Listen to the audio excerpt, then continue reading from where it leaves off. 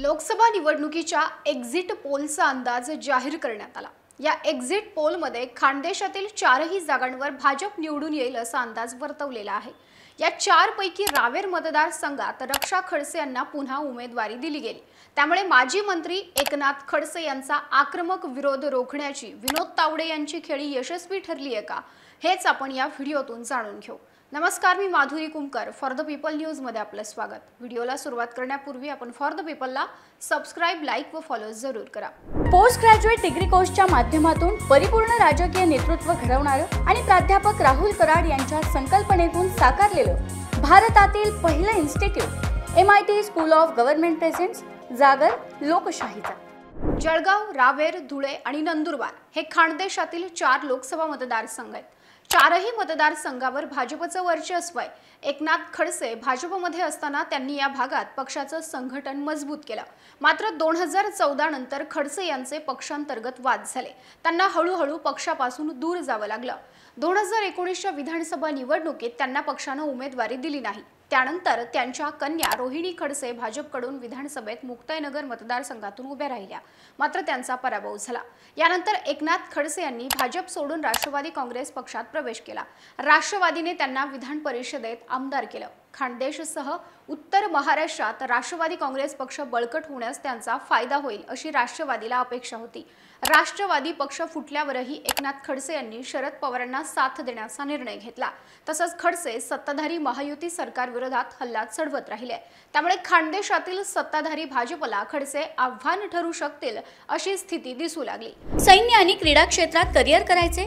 नेताजी सुभाषचंद्र बोस सैनिकी निवासी शाळा पुणे। ॲडमिशनसाठी संपर्क 960 781 1662। यातच एकनाथ खडसे राष्ट्रवादी शरदचंद्र पवार पक्षात असल्याने त्यांच्या सून रक्षा खडसे यांना रावेर लोकसभा मतदारसंघातून पुन्हा उमेदवारी मिळणार नसल्याच्या चर्चा सुरू झाल्या।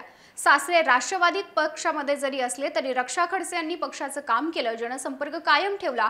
त्यामुळे केवळ खडसे नाव असल्यामुळे उमेदवारी रद्द करणं योग्य नाही असा सूर व्यक्त करण्यात आलेला होता।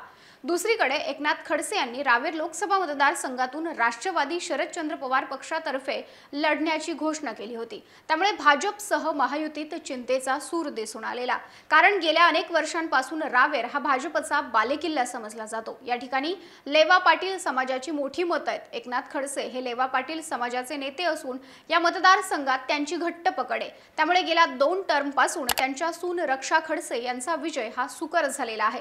त्यामुळे जर खडसे यांनी भाजप विरोधी उमेदवारी केल्यास खानदेशातील 4ही भाजपच्या जागा धोक्यात येण्याची शक्यता होती आणि त्यात भाजपला ते परवडणार नव्हतं। त्यामुळे रक्षा खडसेंना उमेदवारी नाकारली तर एकनाथ खडसे यांचा विरोध 4ही जागांचं नुकसान करणारा ठरणार होता आणि अशा स्थितीत केंद्रातून रक्षा खडसे यांची उमेदवारी कायम ठेवण्यात आली।